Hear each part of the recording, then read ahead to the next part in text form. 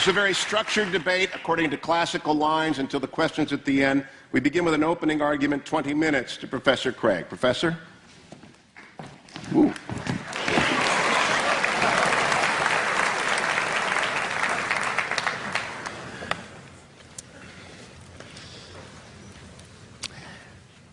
Good evening. I am very excited to be participating in this debate tonight. Jan and I used to sit in those very bleachers right over there watching our son John run up and down this court as a forward on the Biola Eagles. And so I feel like I'm playing on the home court tonight. And I want to commend Mr. Hitchens for his willingness to come into this den of lambs and to defend his views tonight. On the other hand, if I know Biola students, I suspect that a good many of you, when you came in tonight, said to yourself, I'm going to check my own views at the door, and I'm going to assess the arguments as objectively as possible. I welcome that challenge. You see, the question of God's existence is of interest not only to religion, but also to philosophy. Now, Mr. Hitchens has made it clear that he despises and disdains religion, but presumably he is not so contemptuous of philosophy. Therefore, as a professional philosopher, I'm going to approach tonight's question philosophically, from the standpoint of reason and argument. I'm convinced that there are better arguments for theism than for atheism. So, in tonight's debate, I'm going to defend two basic contentions. First, that there's no good argument that atheism is true. And secondly, that there are good arguments that theism is true. Now, notice carefully the circumscribed limits of those contentions. We're not here tonight to debate the social impact of religion, or Old Testament ethics, or biblical inerrancy. All interesting and important topics, no doubt, but not the subject of tonight's debate, which is the existence of God. Consider then my first contention, that there's no good argument that atheism is true. Atheists have tried for centuries to disprove the existence of God, but no one's ever been able to come up with a successful argument. So, rather than attack straw men at this point, I'll just wait to hear Mr. Hitchens present his arguments against God's existence, and then I'll respond to them in my next speech. In the meantime, let's turn to my second main contention, that there are good arguments that theism is true. On your program insert, I outlined some of those arguments. Number one, the cosmological argument. The question of why anything at all exists is the most profound question of philosophy. The philosopher Derek Parfit says, no question is more sublime than why there is a universe, why there is anything, rather than nothing. Typically, atheists have answered this question by saying that the universe is just eternal and uncaused. But there are good reasons, both philosophically and scientifically, to think that the universe began to exist. Philosophically, the idea of an infinite past seems absurd. Just think about it. If the universe never began to exist, that means that the number of past events in the history of the universe is infinite. But mathematicians recognize that the existence of an actually infinite number of things leads to self-contradictions. For example, what is infinity minus infinity? Well, mathematically, you get self-contradictory answers. This shows that infinity is just an idea in your mind, not something that exists in reality.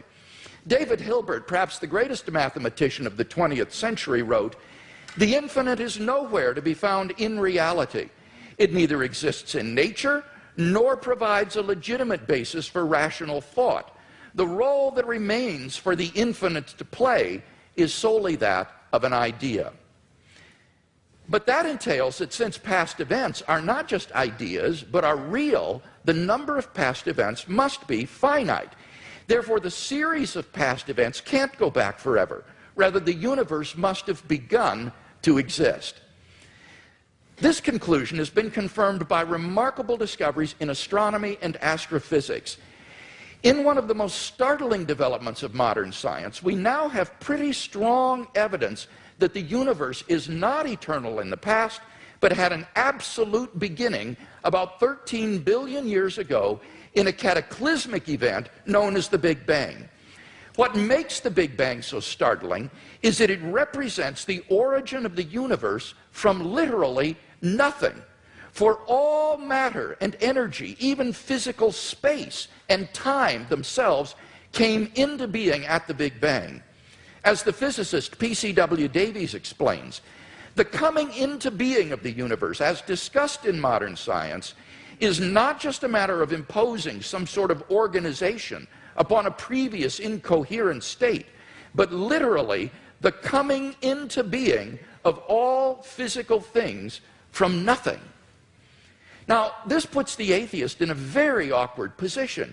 As Anthony Kinney of Oxford University urges, a proponent of the Big Bang theory, at least if he is an atheist, must believe that the universe came from nothing and by nothing.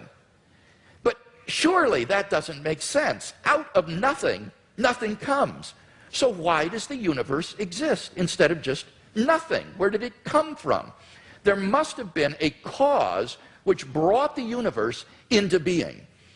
Now, as the cause of space and time, this being must be an uncaused, timeless, spaceless, immaterial being of unfathomable power. Moreover, it must be personal as well. Why? Because the cause must be beyond space and time. Therefore, it cannot be physical or material. Now, there are only two kinds of things that fit that description. Either an abstract object, like numbers, or else a personal mind. But abstract objects can't cause anything. Therefore, it follows that the cause of the universe is a transcendent, intelligent mind. Thus, the cosmological argument gives us a personal creator of the universe. 2, the teleological argument. In recent decades, scientists have been stunned by the discovery that the initial conditions of the Big Bang were fine-tuned for the existence of intelligent life with a precision and delicacy that literally defy human comprehension. This fine-tuning is of two sorts. First, when the laws of nature are expressed as mathematical equations, you find appearing in them certain constants, like the gravitational constant. These constants are not determined by the laws of nature. The laws of nature are consistent with a wide range of values for these constants.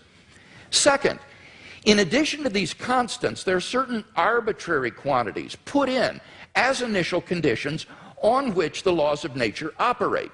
For example, the amount of entropy or the balance between matter and antimatter in the universe. Now, all of these constants and quantities fall into an extraordinarily narrow range of life-permitting values. Were these constants or quantities to be altered by less than a hair's breadth, the balance would be destroyed and life would not exist. To give just one example, the atomic weak force, if it were altered by as little as 1 part out of 10 to the 100th power, would not have permitted a life-permitting universe. Now, there are 3 possible explanations of this remarkable fine-tuning: physical necessity, chance, or design. Now, it can't be due to physical necessity because the constants and quantities are independent of the laws of nature. In fact, string theory predicts that there are around 10 to the 500th power different possible universes consistent with nature's laws. So could the fine-tuning be due to chance? Well, the problem with this alternative is that the odds against the fine-tunings occurring by accident are so incomprehensibly great that they cannot be reasonably faced. The probability that all the constants and quantities would fall by chance alone into the infinitesimal life-permitting range is vanishingly small. We now know that life-prohibiting universes are vastly more probable than any life-permitting universe. So if the universe were the product of chance, the odds are overwhelming that it would be life-prohibiting. In order to rescue the alternative of chance, its proponents have therefore been forced to resort to a radical metaphysical hypothesis, namely that there exists an infinite number of randomly ordered, undetectable universes composing a sort of world ensemble or multiverse of which our universe is but a part. Somewhere in this infinite world ensemble, finely tuned universes will appear by chance alone, and we happen to be one such world. Now, wholly apart from the fact that there's no independent evidence that such a world ensemble even exists, the hypothesis faces a devastating objection. Namely, if our universe is just a random member of an infinite world ensemble, then it is overwhelmingly more probable that we should be observing a much different universe than what we in fact observe. Roger Penrose has calculated that it is inconceivably more probable that our solar system should suddenly form through a random collision of particles than that a finely tuned universe should exist. Penrose calls it utter chicken feed by comparison. So, if our universe were just a random member of a world ensemble, it is inconceivably more probable that we should be observing an orderly region no larger than our solar system. Observable universes like those are simply much more plenteous in the world ensemble than finely tuned worlds like ours, and therefore ought to be observed by us. Since we do not have such observations, that fact strongly disconfirms the multiverse hypothesis. On atheism, at least, then, it is highly probable that there is no world ensemble. The fine-tuning of the universe is therefore plausibly due neither to physical necessity nor to chance. It therefore follows logically that the best explanation is design. Thus, the teleological argument gives us an intelligent designer of the cosmos. 3, the moral argument. If God does not exist, then objective moral values do not exist. By objective moral values, I mean moral values which are valid and binding, whether we believe in them or not.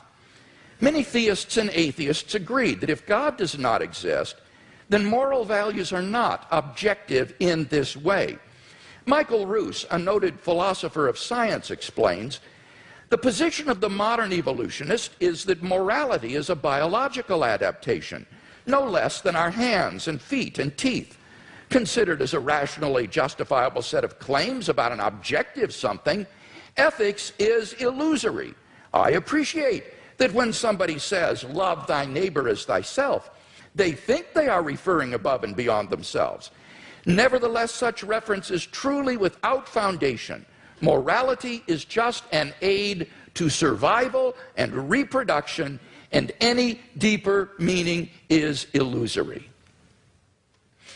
Like Professor Roos, I just don't see any reason to think that in the absence of God, the morality which has emerged among these imperfectly evolved primates we call Homo sapiens is objective. And here Mr. Hitchens seems to agree with me. He says moral values are just innate predispositions ingrained into us by evolution. Such predispositions, he says, are inevitable for any animal endowed with social instincts. On the atheistic view, then, an action like rape is not socially advantageous, and so in the course of human development has become taboo. But that does absolutely nothing to prove that rape is really morally wrong. On the atheistic view, there's nothing really wrong with raping someone. But the problem is that objective values do exist, and deep down we all know it. In moral experience, we apprehend a realm of objective moral goods and evils. Actions like rape, cruelty, and child abuse aren't just socially unacceptable behavior, they're moral abominations. Some things, at least, are really wrong. Similarly, love, equality, and self-sacrifice are really good. But then it follows logically and necessarily that God exists. Number 4, the resurrection of Jesus. The historical person, Jesus of Nazareth, was a remarkable individual. Historians have reached something of a consensus that the historical Jesus came on the scene with an unprecedented sense of divine authority, the authority to stand and speak in God's place. He claimed that in himself the kingdom of God had come, and as visible demonstrations of this fact, he carried out a ministry of miracle working and exorcisms. But the supreme confirmation of his claim was his resurrection from the dead. If Jesus did rise from the dead, then it would seem that we have a divine miracle on our hands, and thus evidence for the existence of God. Now, most people probably think that the resurrection of Jesus is something you just believe in, by faith or not. But there are actually three established facts recognized by the majority of New Testament historians today, which I believe are best explained by the resurrection of Jesus. Fact number one, on the Sunday after his crucifixion, Jesus' tomb was discovered empty by a group of his women followers. According to Jakob Kramer, an Austrian specialist, by far most scholars hold firmly to the reliability of the biblical statements about the empty tomb. Fact number two, on separate occasions, different individuals and groups experienced appearances of Jesus alive after his death. According to the prominent New Testament critic Gerd Ludemann, it may be taken as historically certain that the disciples had experiences after Jesus' death in which Jesus appeared to them as the risen Christ. These appearances were witnessed not only by believers, but also by unbelievers, skeptics, and even enemies. Fact number three, the original disciples suddenly came to believe in the resurrection of Jesus despite having every predisposition to the contrary. Jews had no belief in a dying, much less rising Messiah, and Jewish beliefs about the afterlife prohibited anyone's rising from the dead before the resurrection at the end of the world. Nevertheless, the original disciples came to believe so strongly that God had raised Jesus from the dead that they were willing to die for the truth of that belief. N.T. Wright, an eminent New Testament scholar, concludes, that is why, as a historian, I cannot explain the rise of early Christianity unless Jesus rose again, leaving an empty tomb behind him. Attempts to explain away these three great facts, like the disciples stole the body or Jesus wasn't really dead, have been universally rejected by contemporary scholarship. The simple fact is that there just is no plausible naturalistic explanation of these facts. And therefore it seems to me the Christian is amply justified in believing that Jesus rose from the dead and was who he claimed to be. But that entails that God exists. Finally, number five, the immediate experience of God. This isn't really an argument for God's existence. Rather, it's the claim that you can know that God exists wholly apart from arguments, simply by immediately experiencing him. Philosophers call beliefs like this properly basic beliefs. They aren't based on other beliefs. Rather, they're part of the foundation of a person's system of beliefs. Other properly basic beliefs include the belief in the reality of the external world, the belief in the existence of the past and the presence of other minds like your own. When you think about it, none of these beliefs can be proved. But although these sorts of beliefs are basic for us, that doesn't mean they're arbitrary. Rather, they're grounded in the sense that they're formed in the context of certain experiences. In the experiential context of seeing and hearing and feeling things, I naturally form the belief in a world of physical objects. And thus my beliefs are not arbitrary, but appropriately grounded in experience. They're not merely basic, but properly basic. In the same way, belief in God is, for those who know him, a properly basic belief grounded in our experience of God. Now, if this is right, there's a danger that arguments for God's existence could actually distract your attention from God himself. If you're sincerely seeking God, then God will make his existence evident to you. We mustn't so concentrate on the external arguments that we fail to hear the inner voice of God speaking to our own hearts.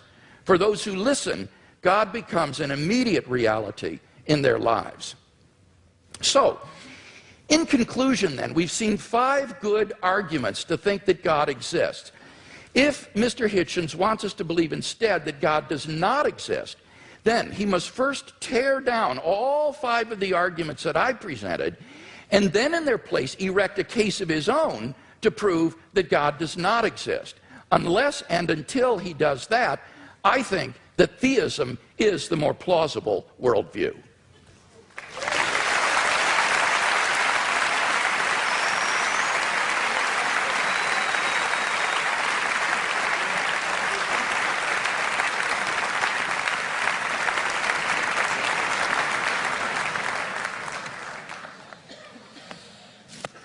Well, am I audible?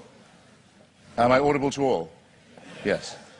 Well, ladies and gentlemen, brothers and sisters, comrades, friends, thanks for coming out, as Senator Larry Craig actually did say at his press conference. Thank you, Mr. Hewitt and Dr. Craig, for being among the very many Christians who have so generously and hospitably and warmly taken me up on the challenge I issued when I started my little book tour, and welcomed me to your places to have this most important of all discussions. I can't express my gratitude enough. Thanks to the very nice young ladies who I ran into at the Elephant Bar this afternoon, where I hadn't expected a posse of Biola students to be on staff, but where I thought, God, they're everywhere now.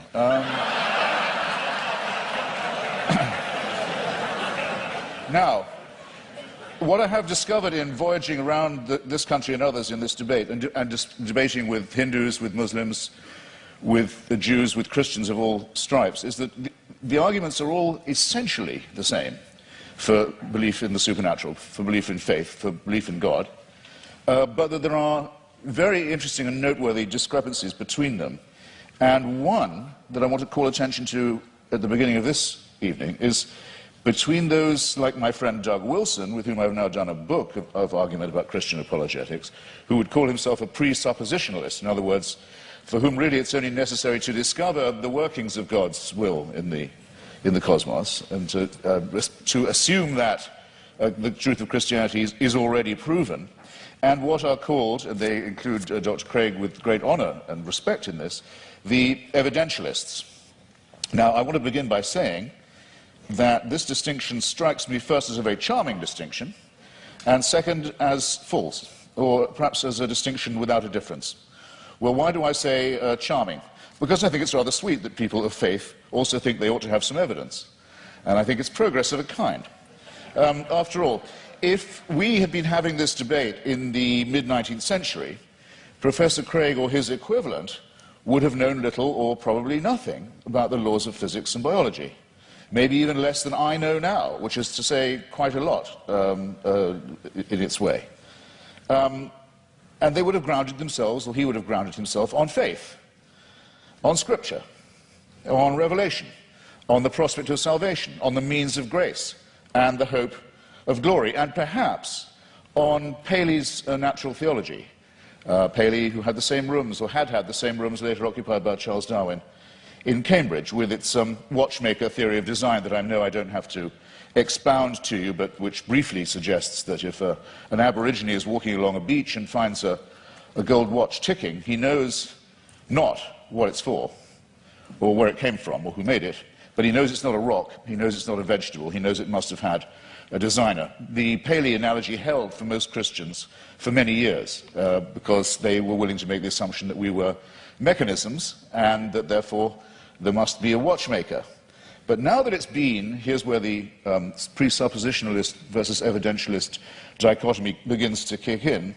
Now it's been rather painstakingly and elaborately demonstrated, to the satisfaction of most people, I don't want to just use arguments from authority, but it's not very much contested anymore, that we are not designed as creatures, but that we evolved by a rather laborious combination of random mutation and natural selection into the species that we are today. It is, of course, open to the faithful to say that all this was, now that they come to know it, now that it becomes available to everybody, now that they think about it, and now that they've stopped opposing it or trying to ban it, then they can say, actually, on second thought, the evolution was all part of the design. Well, as you will recognize, ladies and gentlemen, there are some arguments I can't be expected to refute or rebut, because there's no way around that argument. I mean, if everything, including evolution, which isn't a design, is nonetheless part of a divine design, then all the advantage goes to the person who's willing to believe that. That cannot be disproved. But it does seem to me a very poor and very weak argument, because the test of a good argument is that it is falsifiable, not that it's unfalsifiable.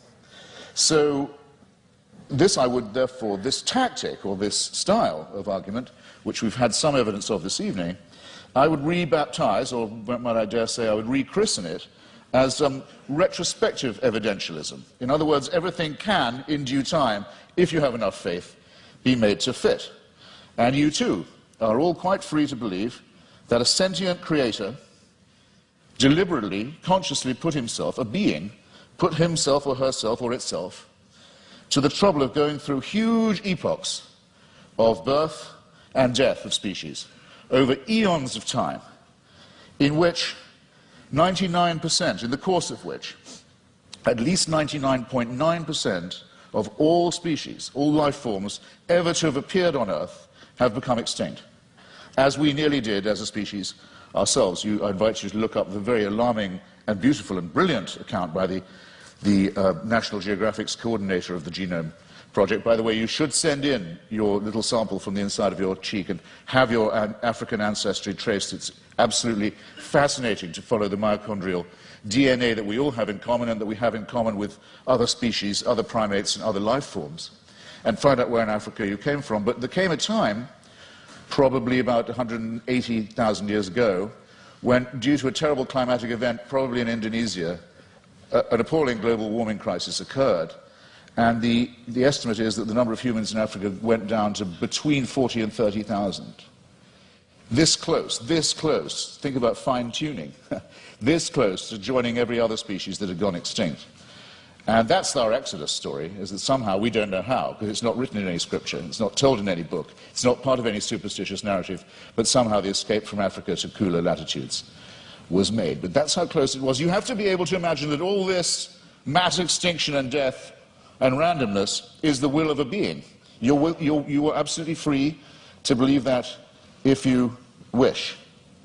And all of this should happen so that one very imperfect race of evolved primates should have the opportunity to become Christians, or to turn up at this gym tonight. That all of that was done with us in view. It's a curious kind of solipsism. It's a curious kind of self-centeredness. I was always brought up to believe that Christians were modest and humble, and comported themselves with due humility. And there's a certain arrogance to this assumption that all of this extraordinary development was all about us. And we were the intended and designed result, and everything else was in the discard.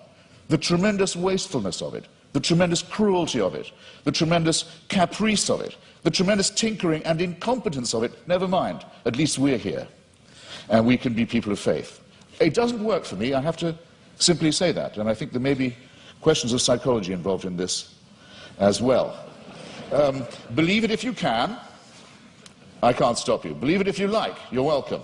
It's obviously impossible, as I said before, to disprove, and it equally obviously helps you to believe it if, as we all are, you're in the happy position of knowing the outcome. In other words, we are here, but there's a fallacy lurking in there somewhere too. Is there not? Now, it's often said, it was said tonight, and Dr. Craig said it in print, that atheists think they can prove the non-existence of God. This, in fact, very slightly but crucially misrepresents what we've always said. And there's nothing new about the new atheists, it's just we're recent. There's nothing particularly new. Dr. Victor Stenger, a great scientist, has written a book called The Failed Hypothesis, which he says he thinks that science can now license the claim that there definitely is no God. But he's unique in that, and I think very bold and courageous. Here's what we argue. We argue quite simply that there's no plausible or convincing reason, certainly no evidential one, to believe that there is such an entity, and that all observable phenomena, including the cosmological one to which I'm coming, are explicable without the hypothesis. You don't need the assumption.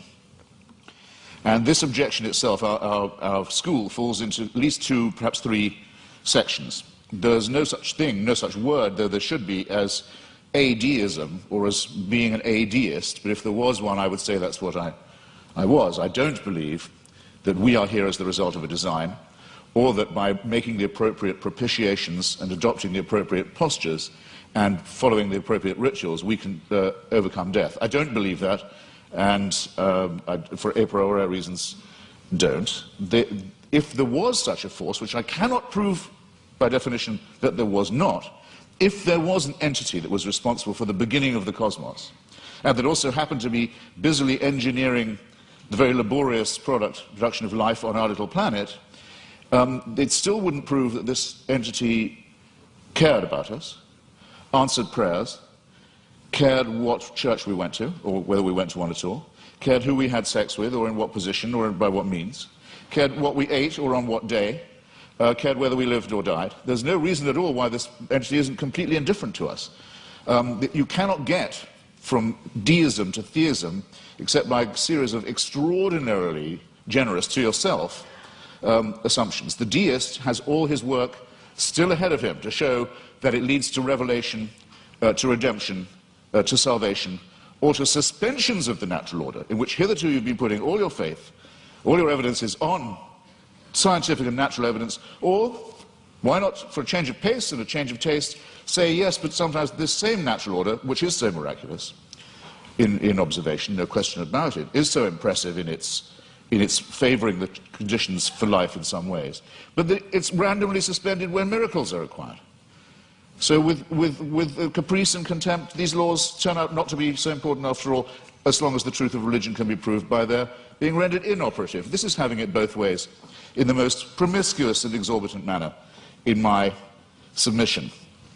Bear in mind also that these are not precisely the differences between Dr. Craig and myself, I mean, morally or intellectually equivalent claims. After all, Dr. Craig, to win this argument, has to believe and prove to a certainty.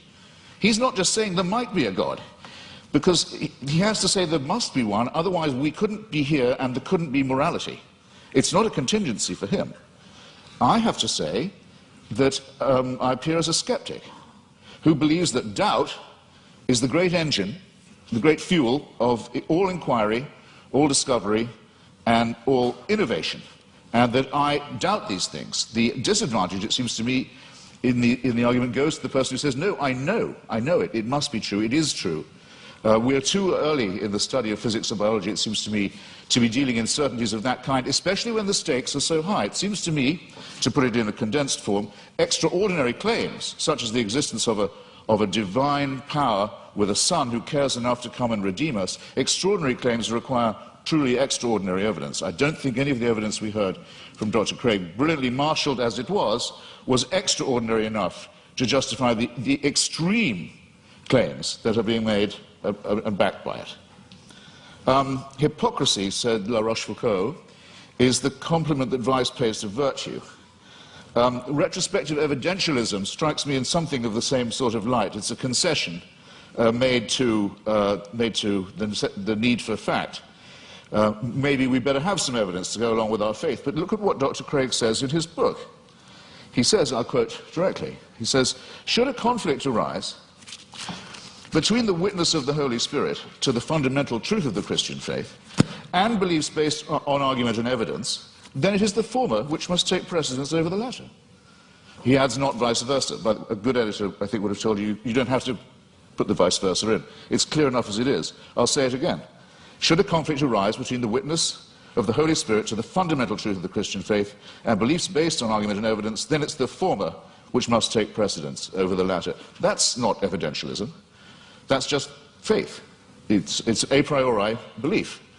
It's rephrased in another edition. It says, therefore, the role of rational argumentation in knowing Christianity to be true is the role of a servant. A person knows Christianity is true because the Holy Spirit tells him it is true. And while argument and evidence can be used to support this conclusion, they cannot legitimately overrule it. Now, then he goes on to say, the Bible says all men are without excuse. Even those who are given no reason to believe, and many persuasive reasons to disbelieve, have no excuse. because the ultimate reason they do not believe is that they have deliberately rejected God's Holy Spirit. That would have to be me. But you see where this lands you, ladies and gentlemen, with the Christian apologetic. You're told you're a miserable sinner who is without excuse. You've disappointed your God who made you, and you've been so ungrateful as to rebel. You're contemptible, you're worm-like, but you can take heart. The whole universe was designed with just you in mind. These two claims are not just mutually exclusive, but I think they're intended to compensate each other's cruelty and ultimately absurdity. In other words, evidence is an occasional convenience. Seek and ye shall find. I remember being told that in church many a time as a young lad. Seek and ye shall find. I thought it was a sinister injunction, because it's all too likely to be true. We are pattern-seeking mammals and primates. If we can't get good evidence, we'll go for junk evidence. If we can't get a real theory, we'll go with a conspiracy theory. You see it all the time. Religion's great strength is that it was the first of our attempts to explain reality, to make those patterns take some kind of form. It deserves credit. It was our first attempt at astronomy, our first attempt at cosmology, in some ways our first attempt at medicine, our first attempt at literature, our first attempt at philosophy. Good. While there was nothing else, it had many functional uses of that kind. Never mind that they didn't know that germs cause disease. Maybe evil spirits cause disease. Maybe disease is a punishment. Never mind that they believed in astrology rather than astronomy. Even Thomas Aquinas believed in astrology. Never mind that they believed in devils. Never mind that things like volcanic eruptions, earthquakes, tidal waves were thought of as punishments, not as natural occurrences on the cooling crust of a planet. The pattern seeking has gone too far, and it's gone, I think, much too far with what was until recently thought of as Christianity's greatest failure, greatest of all failures, cosmology, the one thing Christianity knew nothing about and taught the most abject nonsense about. For most of its lifetime, Christianity taught that the earth itself was the center of the universe, and we had been given exclusive dominion as a species over it. Could not have been more wrong. How are we going to square the new cosmology, the fantastic new discoveries in physics, with the old dogmas? Well, one is the idea of this fine-tuning, about which I've only left myself 3.5 minutes. I'll have to refer some of this to later in the discussion. This is essentially another form of pattern seeking on the basis of extremely limited evidence. Most physicists are very uncertain, as they have every right to be. In fact, I would say, for physicists, that as they have the duty to be at the moment, extremely uncertain about the spatio-temporal dimensions of the original episode, the Big Bang as it's sometimes called. We're in the very, very early stages of this inquiry. We hardly know what we don't know about the origins of the universe. We're viewing it from an unimaginable distance, not just an unimaginable distance in space. We're perched on a tiny rock in an extremely small suburb of a fairly minor galaxy, trying to look to discern our origins, but also at an unbelievable distance in time. And we claim the right to say, we can see the finger of God in this process. It's an extraordinarily arrogant assumption. It either deserves a Nobel Prize in physics, which it hasn't yet got, I notice. I don't know any physicist who believes these assumptions are necessary, or it deserves a charge of hubris. Let me make 3 tiny, quick objections to it as it stands, and I'm no more a physicist than most of you are. I'll make these lay objections. 1, was there pre-existing material for this extra spatio-temporal being to work with? Or did he just will it into existence, the ex nihilo? Who designed the designer? Don't you run the risk with the presumption of a God and a designer and an originator of asking, well, where does that come from, where does that come from, and locking yourself into an infinite regress? Why are there so many shooting stars, collapsed suns, failed galaxies? We can see with the aid of a telescope, sometimes we can see with the naked eye. The utter failure, the total destruction of gigantic, unimaginable sweeps of outer space. Is this fine-tuning, or is it extremely random, capricious, cruel, mysterious, and incompetent? And have you thought of the nothingness that's coming? We know we have something now, and we speculate about what it might have come from, and there's a real question about ex nihilo, but nihilo is coming to us. In the night sky, you can already see the Andromeda Galaxy. It's heading straight for ours on a collision course. Is that part of a design? Was it fine-tuned to do that? We know that from the red light shift of the Hubble telescope, or rather Edwin Hubble's original discovery, the universe is expanding away from itself at a tremendous rate. It was thought that rate would go down for Newtonian reasons. No, it's recently been proved by Professor Lawrence Krauss, the rate of expansion is increasing. Everything is exploding away even faster. Nothingness is certainly coming. Who designed that? And that's all if before these things happen, we don't have the destruction of our own little solar system, in which already there's only one planet where anything like life can possibly be supported. All the other planets are too hot or too cold to support any life at all, and the sun is due to swell up, burn us to a crisp, boil our oceans and die, as we've seen all the other suns do in the night sky. This is not fine-tuning, ladies and gentlemen, and if it's the work of a designer, then there's an indictment to which that designer may have to be subjected. I'm out of time. I'm very grateful for your kindness and hospitality. Thank you.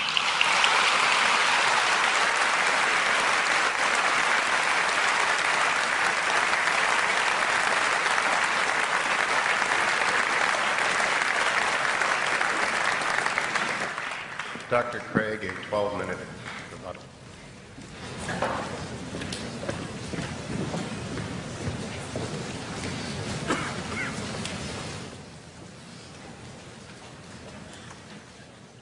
You'll remember that in my opening speech, I said I would defend two basic contentions in tonight's debate.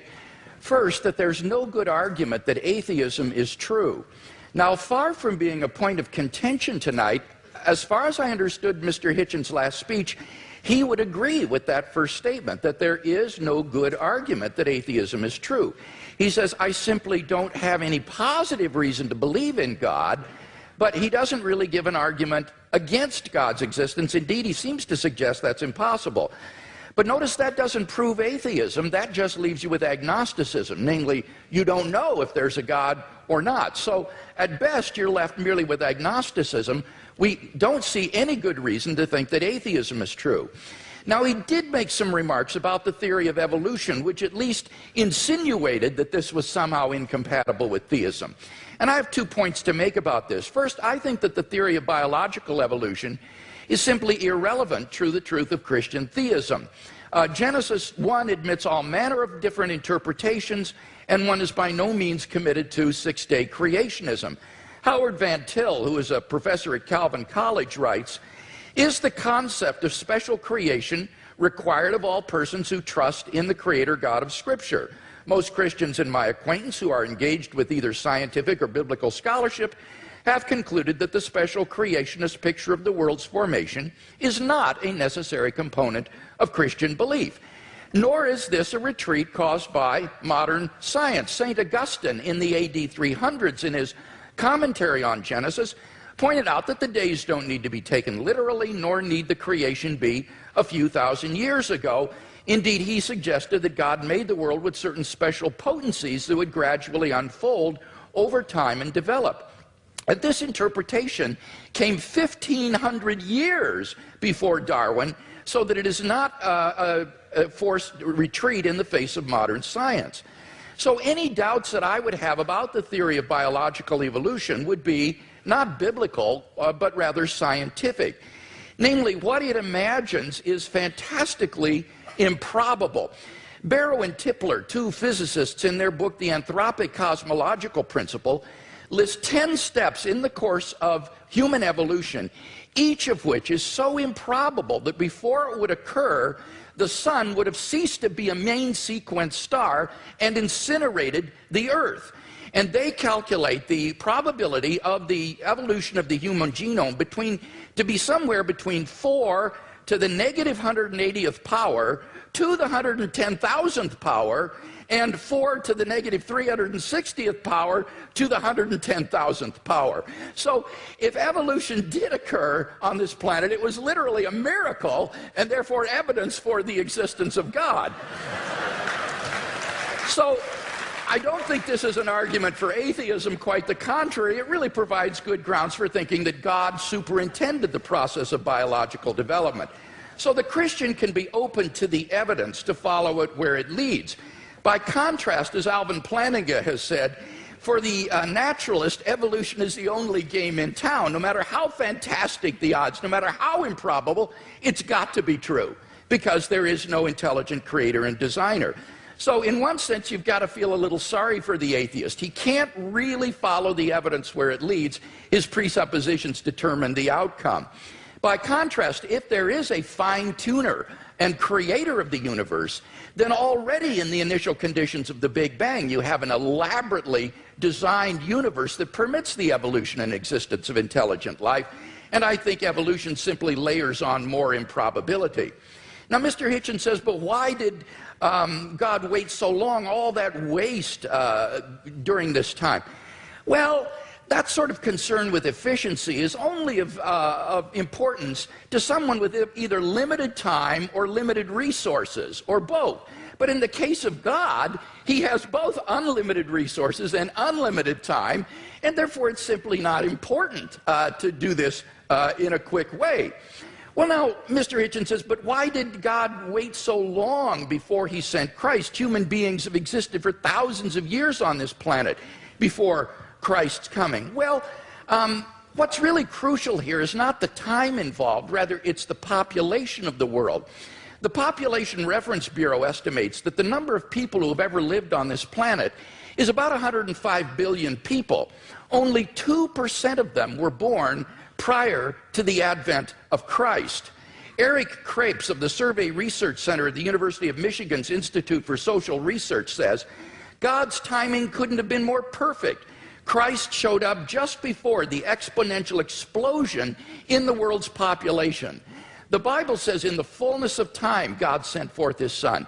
And when Christ came, the nation of Israel had been prepared. The Roman peace dominated the Mediterranean world. It was an age of literacy and learning. The stage was set for the advent of God's Son into the world.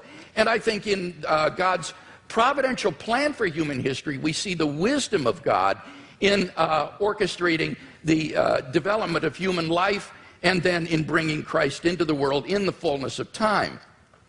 So I don't see that there are any good grounds here for thinking that this provides reason for atheism. Now, what about my arguments for theism? Mr. Hitchens had some general remarks here. He says it's difficult to get from deism to theism. Now, I want to point out that's a false use of these terms. This is simply confused. Deism is a type of theism. Theism is the broad worldview that God exists.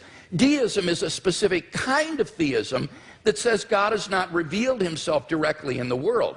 Now, my arguments are a cumulative case for Christian theism. They add up to the belief in the God that has been revealed by Jesus of Nazareth. Now, Mr. Hitchens says, but you must prove this with certainty. Not at all. I am not claiming these arguments demonstrate Christian theism with certainty. I'm saying that this is the best explanation of the data when you compare it with other competing hypotheses. I think it's more probable than not. He quotes me as to saying the Holy Spirit's witness is the basis for knowing Christianity to be true, and I affirm that. I think the fundamental way in which we know Christianity is true is through the objective inner witness of God's Holy Spirit, what I called the immediate knowledge of God himself in my fifth point. On the basis of that, we have a properly basic belief in the existence of God and the truth of Christianity. But when it comes to showing someone else that what we know through the witness of the Holy Spirit is true, here we appeal to argument and evidence as I've done tonight. And the arguments and evidence that I've appealed to are largely deductive arguments. This isn't retrospective evidentialism. These are deductive arguments. If the premises are true, then you cannot deny the conclusion on pain of irrationality because the conclusions follow with logical necessity from the premises. So the only way to deny the conclusion is you've got to show me which of the premises are false.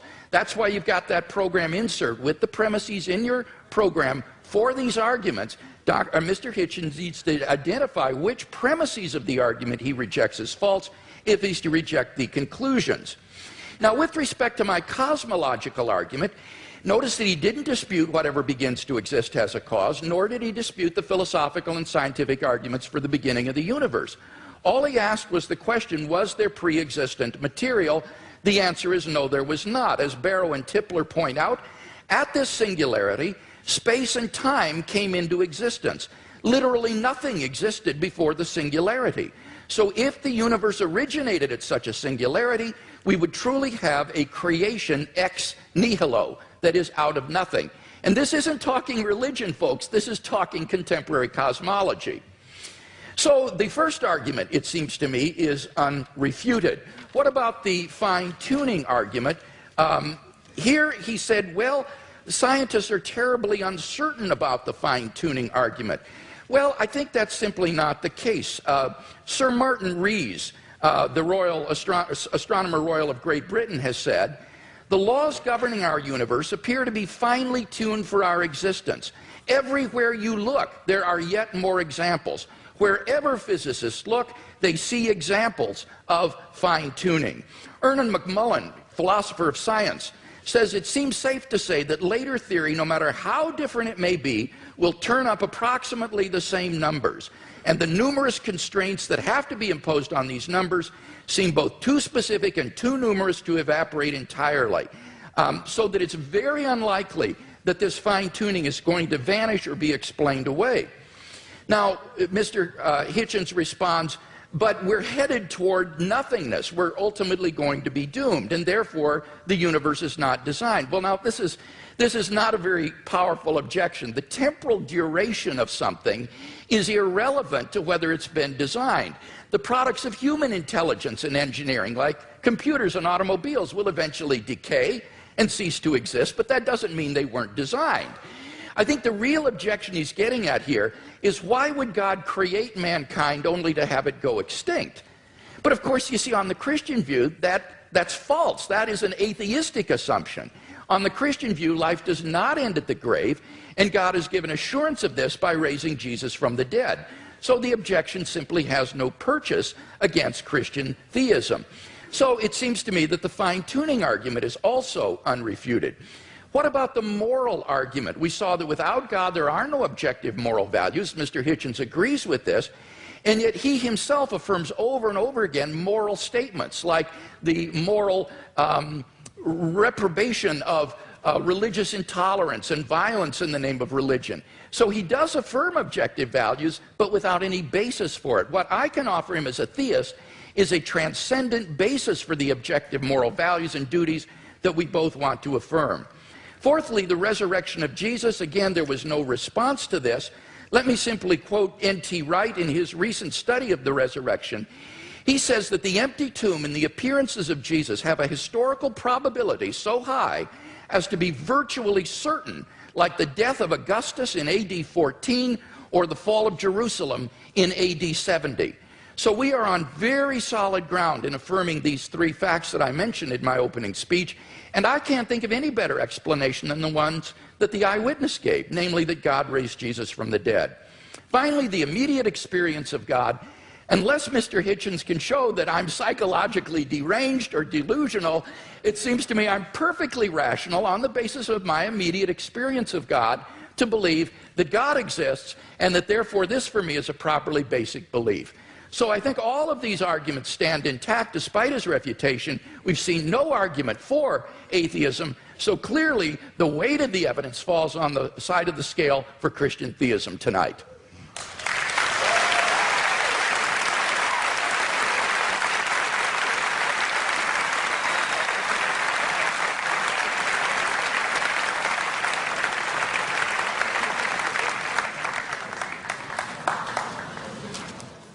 There is a terminological problem here, which may conceal more than just terminological difficulty.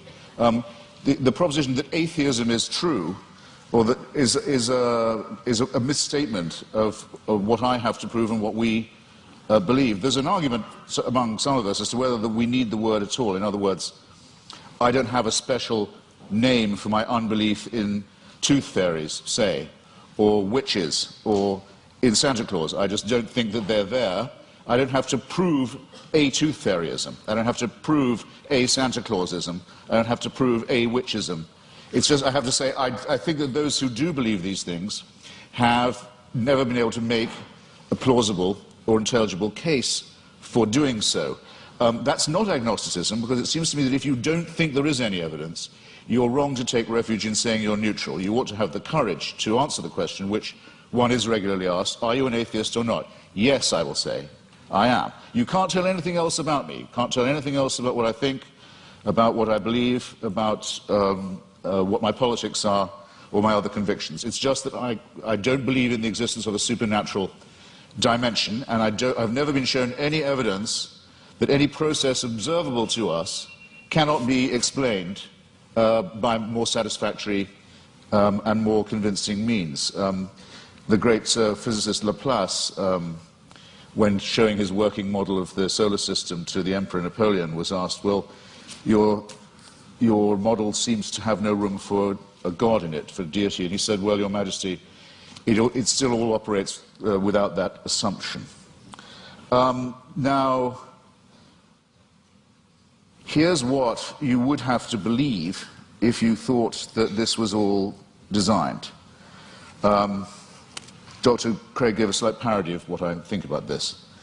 It could be true, but you'd have to imagine, let's say the human species has been, Homo sapiens has been with us, some people say as long as 250,000 years, some say 200, some say 100,000. Francis Collins and Richard Dawkins oscillate about this. It's not a very big argument. I'll just take 100,000, if you like. You have to imagine that human beings are born. Well, actually, most of them, a good number of them aren't born. They die in childbirth or don't long outlive it.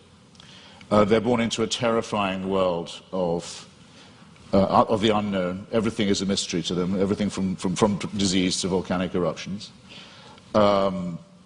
Everything is, their life expectancy for the first, I don't know, many, many tens of thousands of years would be lucky to be in the 20s, probably dying agonizingly over their teeth, poorly evolved as the teeth are, and from other inheritances from being primates, such as the appendix that we don't need, such as the fact that our genitalia appear to have been designed by a committee, other shortcomings of the species, exaggerated by scarcity, by war, by famine, by competition, and so on. And for 98,000 years or so, heaven watches this with complete indifference.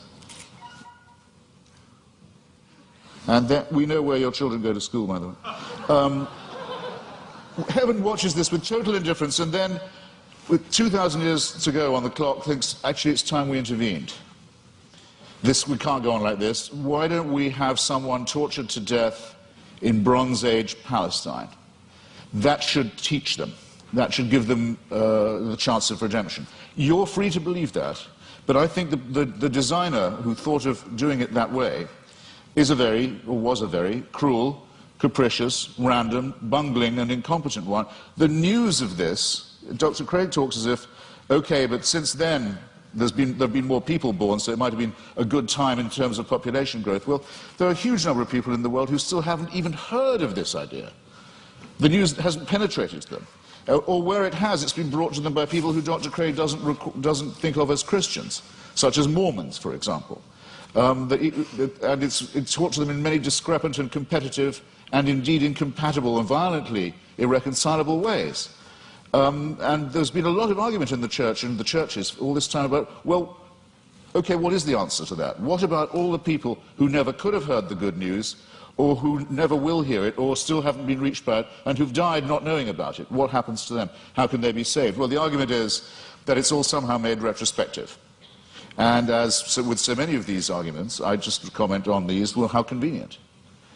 Because if you're willing to make assumptions of this kind, then really evidence is only ancillary to what you are advancing. Now, I didn't have the chance. Oh, and just on Mr. Wright, sorry, I scrawled a note to myself. In your first round, Doctor, you said that N.T. Wright, who's an impressive person, says that no explanation of the success of Christianity is possible that doesn't rest on the terms of its being true. In other words, Wright says it was so successful, it must have been, and the people were so strongly motivated to believe it, that it must have been true. I regard that as a very, very unsafe assumption. Or if it is a safe one, then it must surely apply to Islam. and to Mormonism. I mean, these are two very, very, very fast-growing religions, have people prepared to sacrifice enormously for it, have ancestors who were absolutely determined of the truth of it at the time, and who made extraordinary conquests in its name. If you're going to grant this for one religion, it seems to me you have to be willing, not just willing, you may indeed be compelled to make this concession for all of them. And that, I think, would be not just an unsafe assumption, but for most of you here, a distinctly unwelcome one. Now, I didn't get the chance, because I out-talked myself, and I'm sorry for it, to get to the moral dimension. And I'm interested that the word objective morality is the one that Dr. Craig chooses. Usually arguments about morality are whether morality is, so to say, absolute, or whether it's relative.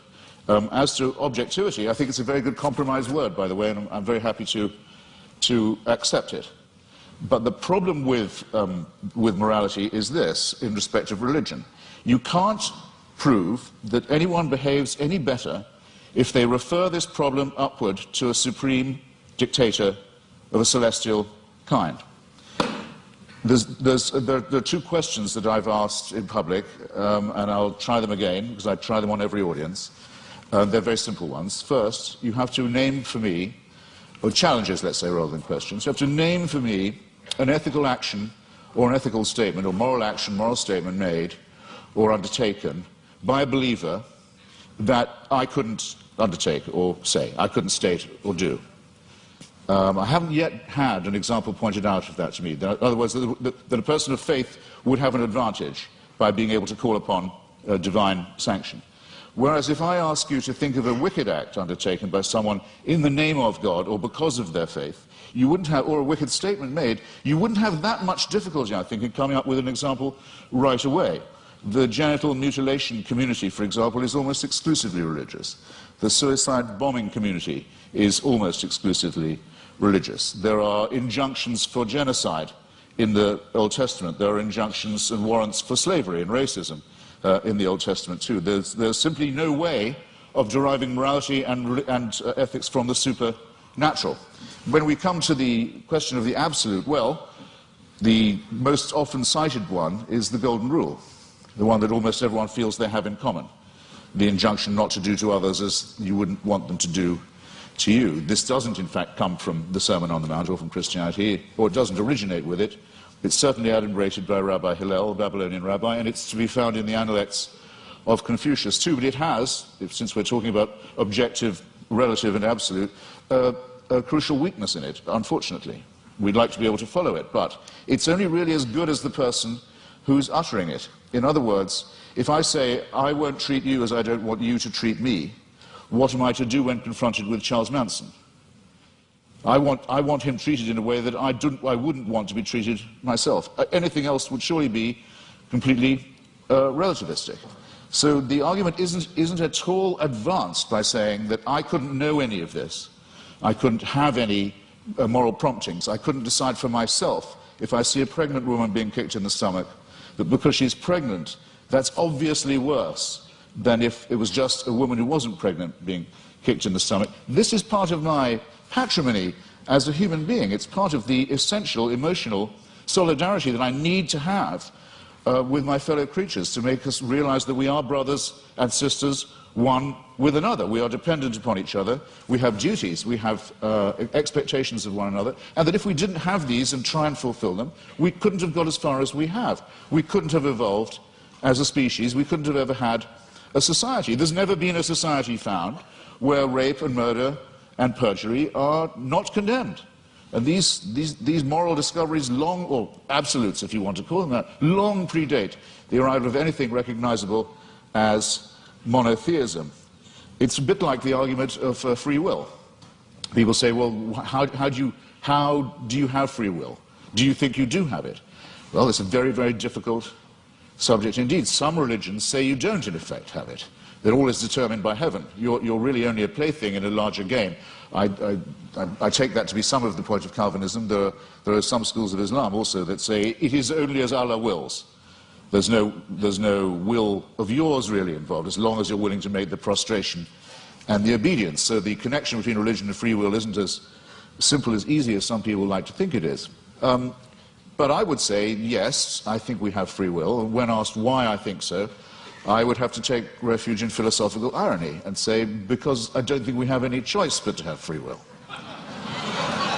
But at least I know at this point that I'm being ironic, and that some of the irony is at my own expense, and it's a risk I have to be willing to run.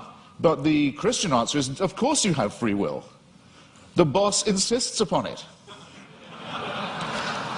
This somewhat degrades the freedom and redefines the idea of will. And it seems to me also that there's something degrading in the idea of saying that morality is derived in the same way, that it comes from on high, that we ourselves are not good enough, that we don't have the dignity, we don't have the self-respect, we don't have the character to know a right action or a right statement when we see it or when we want to perform it. It's this servile element in religion.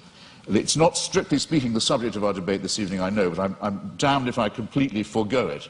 It's the idea that buried in the religious impulse is actually the wish to be unfree, is the wish for an immovable, unchangeable, celestial authority, a kind of heavenly North Korea that will take our decisions away from us and commit us only to worship and praise and thank a great leader and his son, the dear leader, forever and ever and ever. I'm so glad there's no evidence that this is true. Thank you.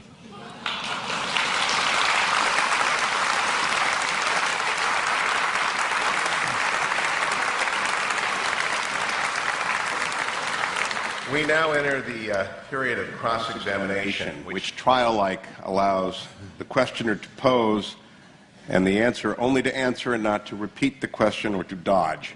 6 minutes of questions begin to Dr. Craig, followed by 6 minutes of questions to Mr. Hitchens. Dr. Craig, your questions for Mr. Hitchens. All right, let's talk first about whether there are any good arguments to think that atheism is true. Now, it seems to me that you're rather ambivalent here, that you say, you redefine atheism to mean a sort of atheism or non-theism. That's what it means. But how do you distinguish then the different varieties of non-theism? For example, what is normally called atheism, agnosticism, or the view of verificationists that the statement God exists is simply meaningless? Well, I mean, there are different schools of atheism, as you say, but there's no claim I know how to make that says atheism is true, because atheism is the statement that a certain proposition isn't true. So I wish you'd get this bit right, because there you go again. Well, I just devoted a little time to this. I said it is not in itself a belief or a system. It simply says you can get by better, probably, we think, without the assumption that no one who wants you to worship a God has ever been able to come up with a good enough reason to make you do it. Now, so the point is, though, that on your definition of atheism or non-theism, it really embodies a diversity of views, such as agnosticism, what is normally called atheism, or this verificationism. Now, which of those do you hold to within this umbrella of atheism? Are you an atheist who asserts the proposition God does not exist, or do you simply withhold belief in God in the way the agnostic does? Right. On some days, I'm a great. No, I'm not going to do you that much of a favor. On some days, I'm a great admirer of Thomas Huxley, who had the great debate with Bishop Wilberforce in Oxford at the Natural History Museum about Darwinism in the mid-19th century, and who was known as Darwin's bulldog. We would now say Darwin's pit bull, and who completely trounced the good bishop. But I can't thank him for inventing the term agnostic. And I can't thank him for some of his social Darwinist positions either, some of which are rather unattractive. I need an answer to this. My time is fleeting. Because I think agnosticism is evasive. To me, yes, if you talk about the power of the Holy Spirit and so forth, to me, that is meaningless. It's to me, I'm sorry, I've tried. It's white noise. It's like saying there is only one God and Allah is his messenger. It's gibberish to me. There are many of us, I'm sorry, there are just many of us of whom this is the case. It may be true, it is true. Okay, Mr. Hitchens, I got to press you here, because time is fleeting. Feel free. What is your view exactly? Press away. Do you affirm God does not exist, or do you simply withhold belief in once it? I have said that I've never seen any persuasive evidence for the existence of something, and I've made real attempts to study the evidence presented and the arguments presented, that I will go as far as to say, have the nerve to say, that it does not therefore exist, except in the minds of its, except in the Henry Jamesian subjective sense that you say of it being so real to some people in their own minds that it counts as a force in the world, yes. Okay, so you do affirm then that God does not exist. Now, what I want to know, and do you have any justification for that? I think I've come unwired in some horrible way. You're fine. Are you sure? Do you have any arguments leading to the conclusion that God does not exist? Well, I would rather, I think, I'm wondering if I'm boring anybody now. I would rather say, I'd rather state it in reverse and say I find all the arguments in favor to be fallacious or unconvincing. And I'd have to add that though this isn't my reason for not believing in it, that I would be very depressed if it was true. But that's a quite different thing. I don't say of atheism that it's at all morally superior. That would be very risky. I wouldn't admit that it was at all morally inferior either, but we can at least be acquitted on the charge of wishful thinking. I wonder if that's the case. Would you agree that the absence of evidence is not evidence of absence? Well, you know, I'm not sure that I would agree. Okay. Let's turn to the moral argument and talk about that a little bit. I think you've misunderstood the moral argument. Given the stakes, Doctor, sorry. Given the stakes, I mean, you're not saying, we're not talking about unicorns or tooth fairies or leprechauns here. We're talking about an authority that would give other human beings the right to tell me what to do in the name of God. So for a claim like that, if there's no evidence for it, it seems to me not a small question. No, it's certainly not a small question. Because you're making a very, very, very large claim. Your evidence had better be absolutely magnificent, it seems to me. And it's the lack of magnificence, I think, that began to strike me first. One final question, Doctor. Okay, well, let's go to the moral argument. It seems to me there that you've misunderstood the argument in that we're looking for an objective foundation for the moral values and duties that we both, I think, want to affirm. It's not a matter of whether or not we can know what is right and wrong, or that we need God to tell us what is right and wrong. It's rather that we need to have some sort of an objective foundation for right and wrong. Wouldn't you agree on your view? It's simply the sociobiological spin-offs of the evolutionary process, and that therefore these do not provide any sort of objective foundation for moral values and duties. That could be true, yes. That could well be true. Yeah, I don't want to be too much of a reductionist, but it's entirely possible that it is purely evolutionary and functional. One wants to think that there's a bit more to one's love for the fellow creature than that. But it doesn't add one iota of weight or moral gravity to the argument to say, but that's because I don't believe in a supernatural being. It's a non sequitur. Mr. Hitchens, your questions for Dr. Craig. Well, I'd like to know first, you said that the career of Jesus of Nazareth involved a ministry of miracles and exorcisms. When you say exorcism, do you mean that you believe in devils too? What I meant there was that most historians agree that Jesus of Nazareth practiced miracle working and he practiced exorcisms. I'm not committing myself, nor are historians committing themselves to the reality of demons, but they are saying that Jesus did practice exorcism and he practiced healing. So you believe that Jesus of Nazareth caused devils to leave the body of a madman and go into a flock of pigs that hurled themselves down the Gadarene slopes into the sea? Do I believe that's historical? Yes. Right. That would be sorcery, wouldn't it, though? No, it would be an illustration of Jesus' ability to command even the forces of darkness, and therefore an illustration of the sort of divine authority that he was able to command and exercise. This, as I say, is illustrative of this unprecedented sense of divine authority that Jesus of Nazareth had, that he even could command the forces of darkness and that they would obey. So whether you think he was a genuine exorcist or that he merely believed himself to be an exorcist, What is historically undeniable is that he had this radical sense of divine authority, which he expressed by miracle working and exorcisms. Right. And you believe he was born of a virgin? Yes, I believe that as a Christian.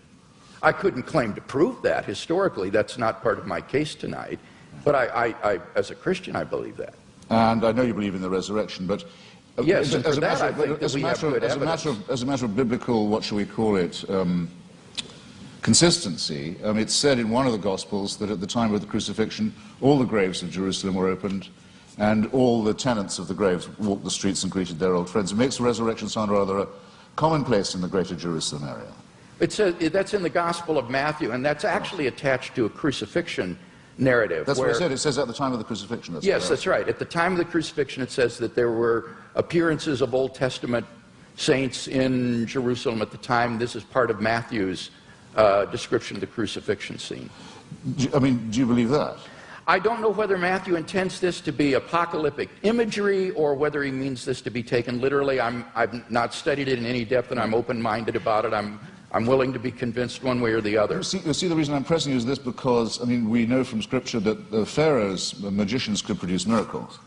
In the end, Aaron could outproduce them. But what I'm suggesting to you is even if the laws of nature can be suspended and great miracles can be performed, it doesn't prove the truth of the doctrine of the person who's performing them. Or would you not agree to that? Not necessarily. I think that's right. So somebody could be casting out devils from pigs, and that wouldn't prove he was the Son of God. I think that's right. In fact, there were Jewish exorcists. The only point that I was trying to make there was that this was illustrative of the kind of divine authority that Jesus claimed, especially since he didn't cast them out in God's name, or he didn't perform miracles by praying to God. He would do them in his own authority.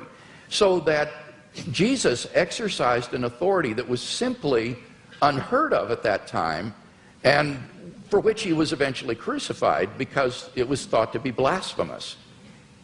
Well, it was thought to be blasphemous to claim to be the Messiah, to be exact. The people who got the closest look at him, the Jewish Sanhedrin, thought that his claims were not genuine. So remember, if you're resting anything on eyewitnesses, the ones who we definitely know were there thought he was bogus. But, okay, I think I've got a rough idea, assuming you make that assumption of his pre-existing divinity, that it's a presuppositionalist case, I can see what you're driving at. Well, no, I'm not I've got another question for you, which is this. How many religions in the world do you believe to be false? I don't know how many religions in the world there are, so I could you name... Right.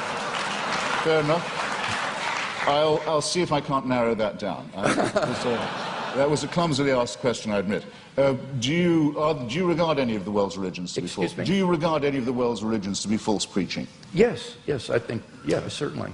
Would you name one, then? Islam. That's quite a lot. Pardon me? That's quite a lot. Yes. Do you think it's moral to preach false religion? No. So religion is responsible for quite a lot of wickedness in the world right there. Certainly. Right. I'd be happy to concede that. I would agree with that. So if I was a baby being born in Saudi Arabia today, would you rather I was me or a Wahhabi Muslim? Would I be? You'd rather be what? Would you rather it was me? It was an atheist baby or a Wahhabi baby?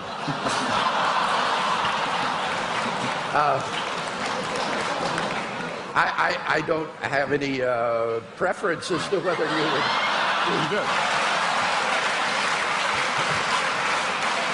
As bad as that. Okay. I've only got a few seconds. It's a serious question. I shouldn't squander it. Are there any Christian denominations you regard as false? Certainly. Could I know what they are? Well, I'm not a Calvinist, for example. I think that certain tenets of Reformed theology are incorrect. I would be more in the Wesleyan camp myself. But these are differences among brethren. These are not differences on which we need to put one another in some sort of a cage. So within the Christian camp, there's a large diversity of perspectives. I'm sure there are views that I hold that are probably false. But I'm trying my best to get my theology straight, trying to do the best job, but I think all of us would recognize that none of us agree on every point of Christian doctrine, on every dot and tittle. Before Mr. Hitchens succeeds in launching another series of religious wars among Christians, let's get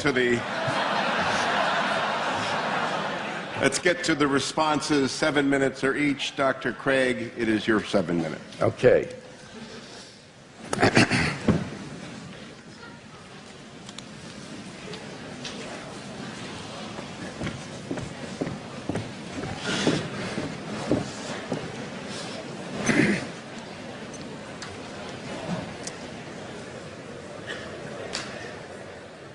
Well, I think it's very evident that in tonight's debate, we've not heard any good reasons to think that what is normally called atheism is true. That is to say, the belief that God does not exist. Mr. Hitchens withholds belief in God, but he's unable to give us any argument to think that God does not exist, which is what is called positive atheism. Now, he does mention that the human species has been here for 100,000 years, but I've already responded to that. What's crucial there is not the number of years, it's the population. And only 2% of the population of the earth has existed before Christ. And during that time, God is not indifferent to the lot of those people. Rather, he is preparing humanity, preparing the world for the advent of Christ so that in the fullness of time, Christ would come into the world.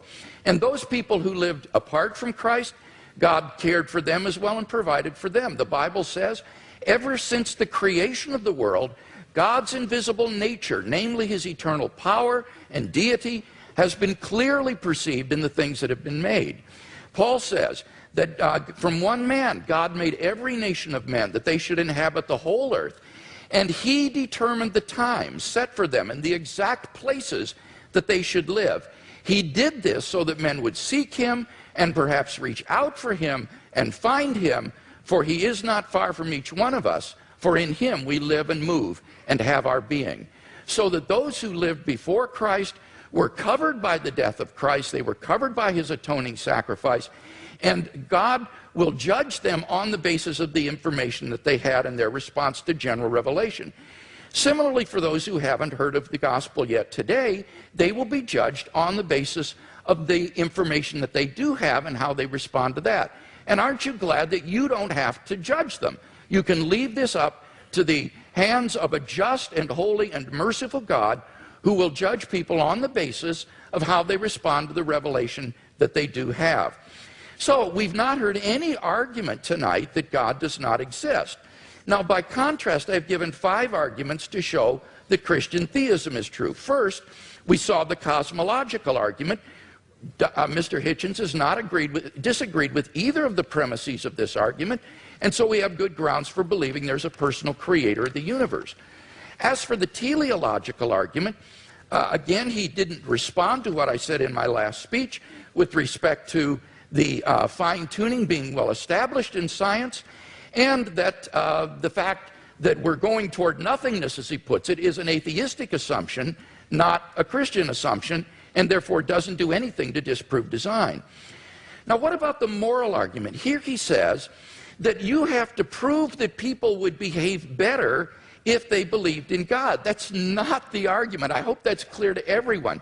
The argument is that without God as a transcendent foundation for moral values, we're simply lost in socio-cultural relativism. Who are you to judge that the Nazi ethic was wrong? Who are you to judge that the ethic of ancient Hinduism was wrong? Who are you to judge that the Afrikaner apartheid is wrong? This is all just the result of socio-cultural evolution, and there is no transcendent objective standard apart from God, and that's what God delivers for us. Now, Mr. Hitchens says, name one moral action that an unbeliever could not take. Well, that's trivially easy. If God exists, there are all kinds of moral duties that we have that the unbeliever could not recognize. At the panel discussion last week in Dallas, when Mr. Hitchens demanded that someone name such an action, a pastor on the panel immediately piped up, how about tithing? Well, leave it to a pastor to think of that, but clearly that's an action that only a believer would take. Even more fundamentally, what about the first and greatest commandment? You shall love the Lord your God with all your heart, with all your strength, with all your mind. That is an action that only a believer can take. No unbeliever can discharge even this most fundamental of moral duties. But in any case, all of this is beside the point with respect to the moral argument. The point is that on atheism, there are no moral obligations for anybody to fulfill. In nature, whatever is right, and Mr. Hitchens is unable to provide any sort of objective foundation for moral values. Massimo Pigliucci is a philosopher of biology. This is what he has to say. He says on atheism, there is no such thing as objective morality. Morality in human cultures has evolved, and what is moral for you might not be moral for the guy next door, and certainly is not moral for the guy across the ocean. And what makes you think that your personal morality is the one and everybody else is wrong? What we call homicide or rape, he said, is very, very common among different kinds of animals. Lions, for example, commit infanticide on a regular basis. Now, are these kinds of acts to be condoned? I don't even know what that means, because the lion doesn't understand what morality is. Morality, he says, is an invention of human beings. It's just a convention that human beings have adopted to live together, but it has no objectivity. And that's what I offer Mr. Hitchens tonight, is a solid, transcendent foundation for the moral values that I think he so desperately wants to affirm. What about the resurrection of Jesus? Here he misunderstood N.T. Wright's argument. N.T. Wright's argument is not that the success of Christianity means that it's true. That would apply to Islam and Mormonism. Rather, N.T. Wright's argument is that the origin of the disciples' belief that God had raised Jesus from the dead is so un-Jewish, it is so uncharacteristic, that you have to explain what would bring them to adopt so radical a mutation of Jewish belief as belief in a dying Messiah and a rising Messiah. And he says the only thing he can think of that would explain this is the empty tomb and the post-mortem appearances of Jesus. And that's why Wright concludes that these have a certainty that is comparable to the fall of Jerusalem in AD 70. So you've got to get the argument right if you're going to deal with it. And in fact, I think the only explanation of these facts is the one the disciples gave, that God raised Jesus from the dead. Finally, the immediate experience of God has remained untouched. God is real to me, and unless I'm delusional, I'm perfectly within my rational rights to believe in God on the basis of this experience, just as I believe in the reality of the external world or the reality of the past on the basis of my experience. So I think in sum we've got 5 good reasons for believing that Christianity is true, no reason to think atheism is true, and therefore I think Christianity is clearly the more rational worldview.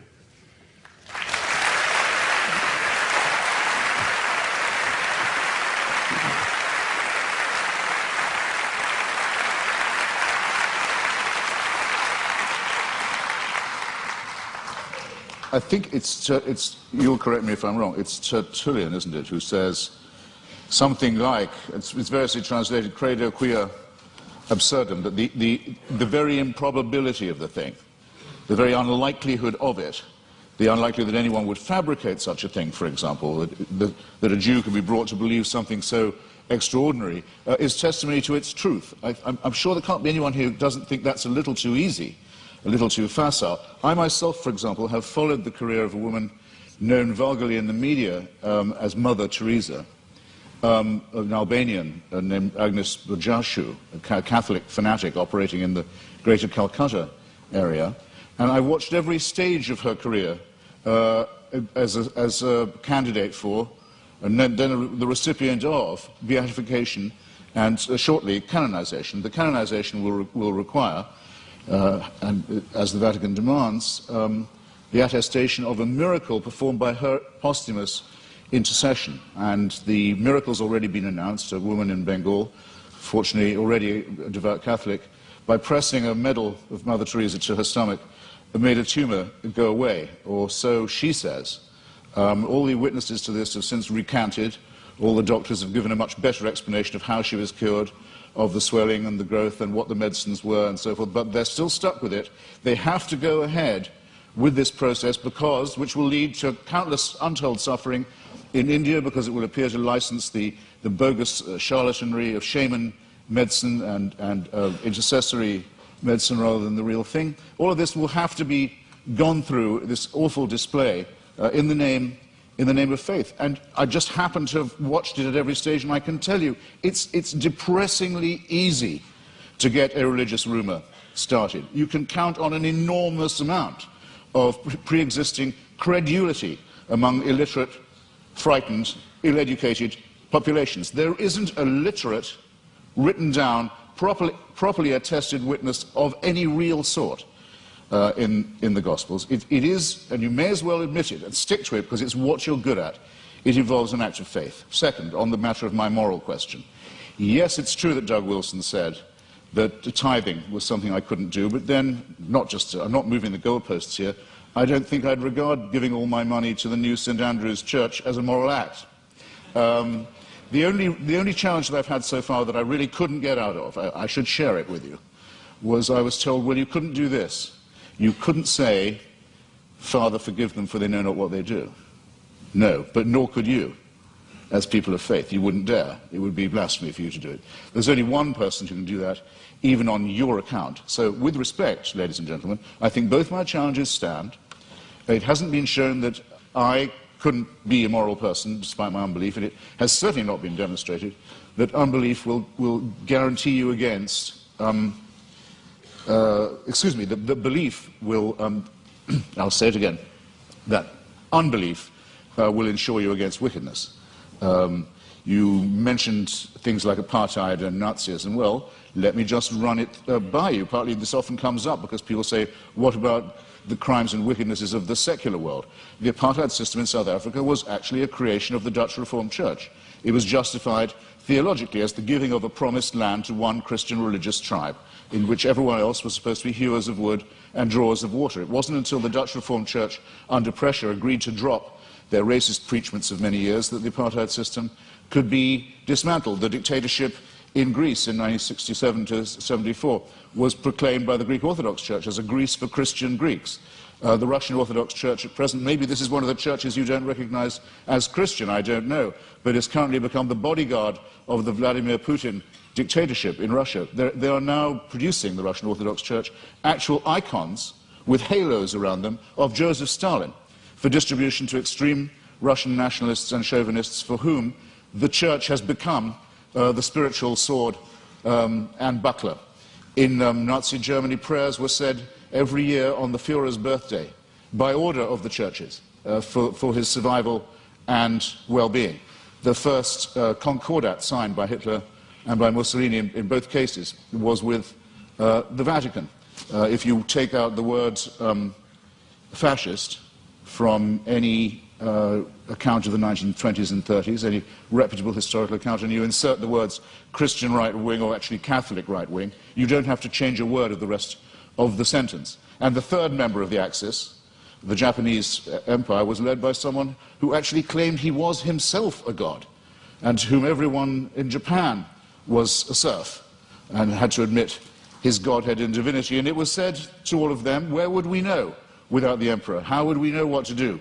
How would we know what a right action was? Without him, there would be screwing in the streets.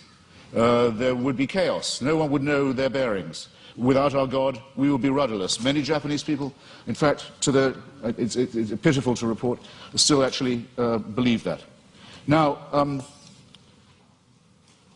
I want to say, in other words, that religion is the outcome of unresolved contradictions in the material world. That if you make the assumption that it's man-made, then very few things are mysterious to you. If you make the assumption that religion is man-made, then you would know why, it would be obvious to you why, there are so many religions.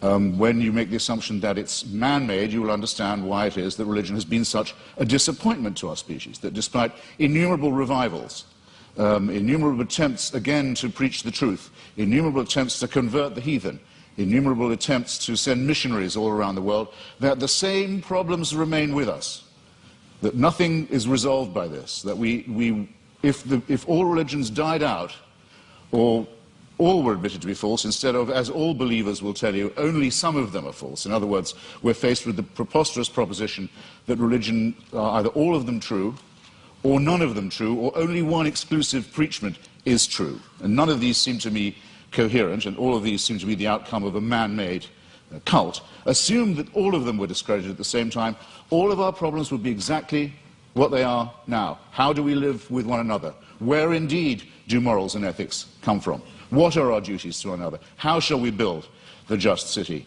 How shall we practice love? How shall we deal with the baser, what Darwin called the lowly stamp of our original origins, which comes not from a pact with the devil or an original sin, but from our evolution as well. All these questions, ladies and gentlemen, would remain exactly the same. Emancipate yourself from the idea of a celestial dictatorship, and you've taken the first step to becoming free. Thank you.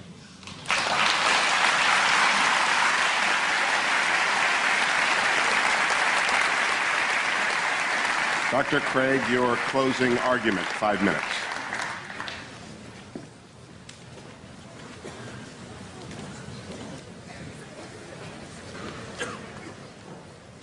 In my final speech, I'd like to try to draw together some of the threads of this debate and see if we can come to some conclusions.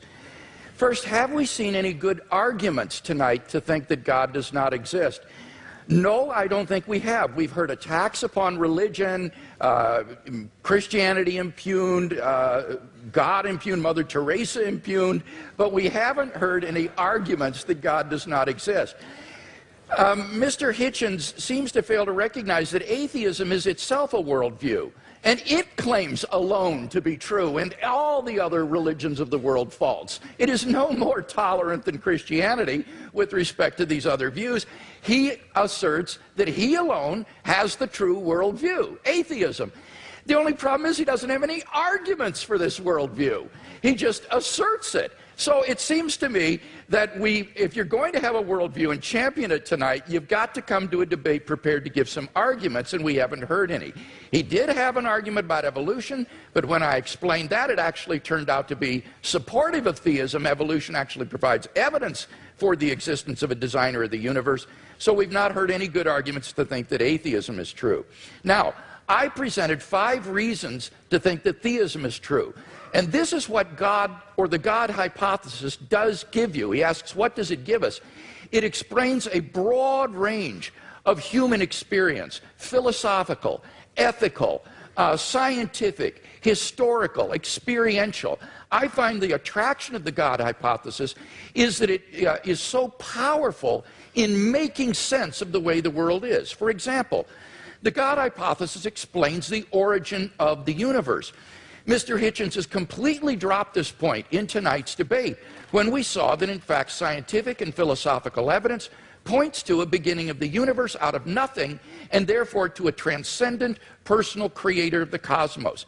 The teleological argument, the fine-tuning that is established in the initial conditions of the universe, not to speak of in the biological complexity that then ensued. And again, Mr. Hitchens has dropped that in the course of the debate tonight. So we have a creator and an intelligent designer of the cosmos. Thirdly, the moral argument.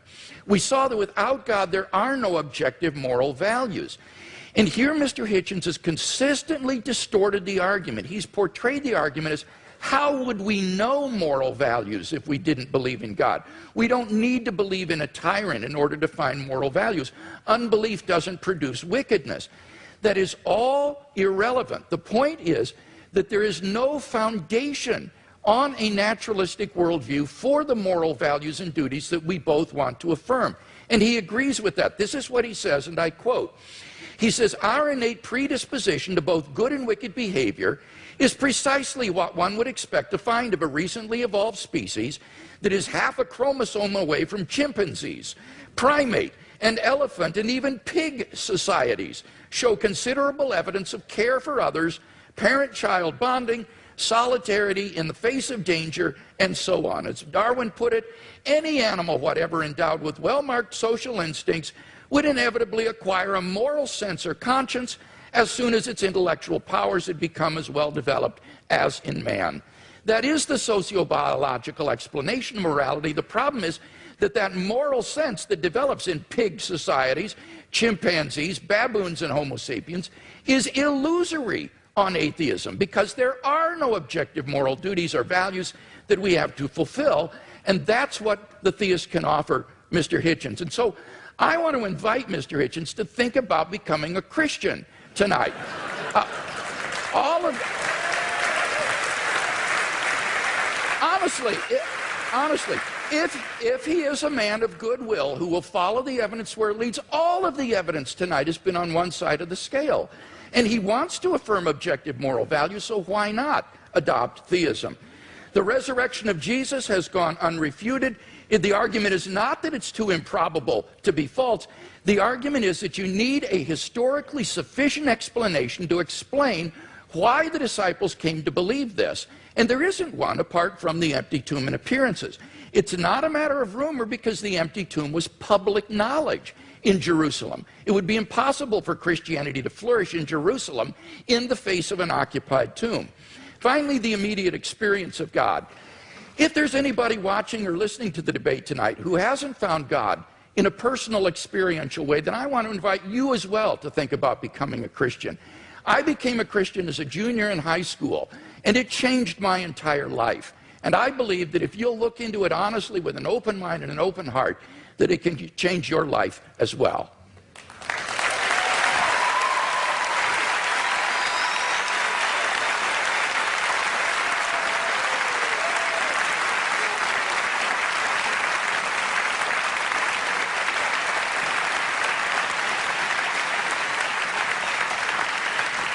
Mr. Hitchens has yielded his time, and therefore we move to questions, and we are directing those questions to students tonight. I want to repeat something Dr. Hazen said: there are stupid questions. I want to add to it, we are uninterested in your opinions, only your questions matter to us. I don't know where the microphone is. Can we hear the first question? Each participant will answer every question. Dr. Craig, Mr. Hitchens, thank you so much. It's been great listening to you both. My question is for Mr. Hitchens. Mr. Hitchens, in your book, God is Not Great, you say that, quote, there are 4 irreducible objections to religious faith, end quote. The third being that religious faith, quote, is both the result and the cause of dangerous sexual repression, end quote. So here's my question for you. Is it good that the Bible prohibits humans from having sex with animals? Or is that an example of dangerous sexual repression?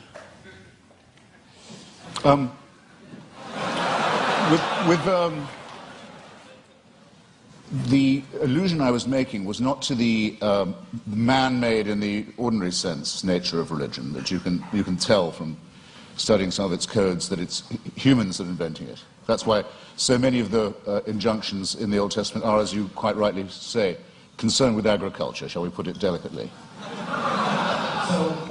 But it's more that it's men-made, that it's designed to keep women in subordination.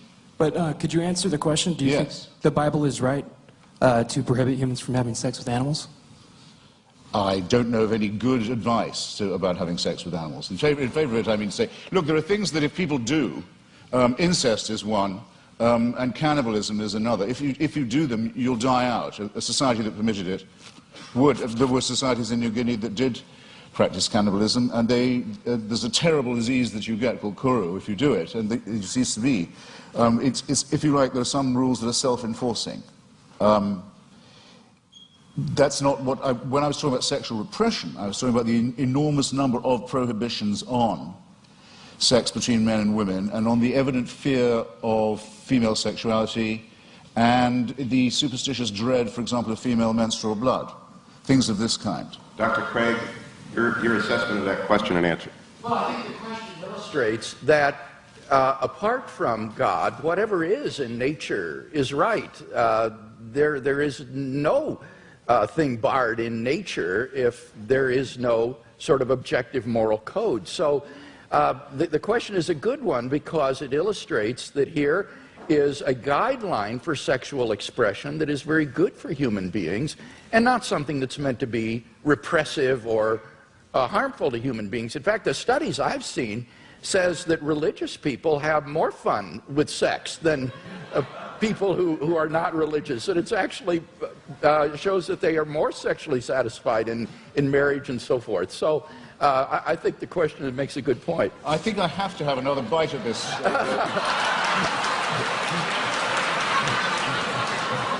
This tempting cherry. You see, if it's true that, as I think it is, that nature is pretty indifferent, pretty callous, pretty random, then who is the designer? But many people say concerning the ban on homosexuality, for example, in the Old Testament, they'll say, well, homosexuality is against God's law and it's against nature's law. Well, in that case, why does nature see to it that so many people are born homosexual? Or, if you want to rephrase it, why does God have so many of his children preferring sex with their own gender? It doesn't help. It doesn't, in clarifying and elucidating this, it doesn't help to assume a supernatural authority. Whereas, if you look at the reasons given by Maimonides and the other sages for the practice of circumcision, it is precisely to dull and to blunt the sensation of an organ which I don't think even... well, I'll leave it there. Our next question. It's explicitly designed, in other words, to reduce a sexual pleasure, make it more of a painful duty than a celebration. When you ask for it. I don't want to misrepresent myself. I was a student here and graduated.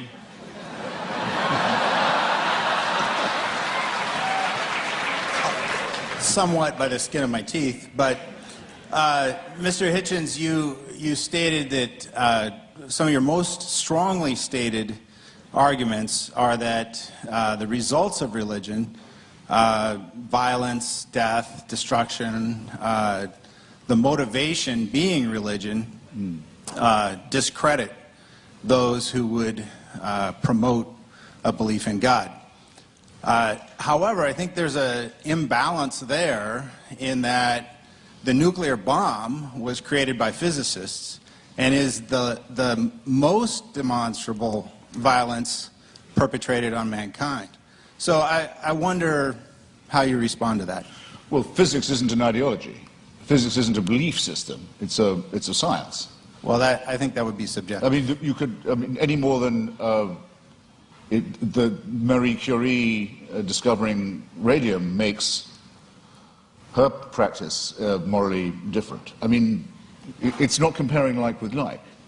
What I'm talking about are specific religious injunctions to do evil, to mutilate the genitalia of children, for example, to take the pastor, Douglas Wilson, who Dr. Craig was just mentioning, with whom I crossed swords several times this year, recently in Dallas. I happened to be mentioning to him about the commandment to exterminate the Amalekites in one of our debates, and he said that commandment is still valid. If there were any Amalekites, it would be his job to make sure that they were all put to the sword.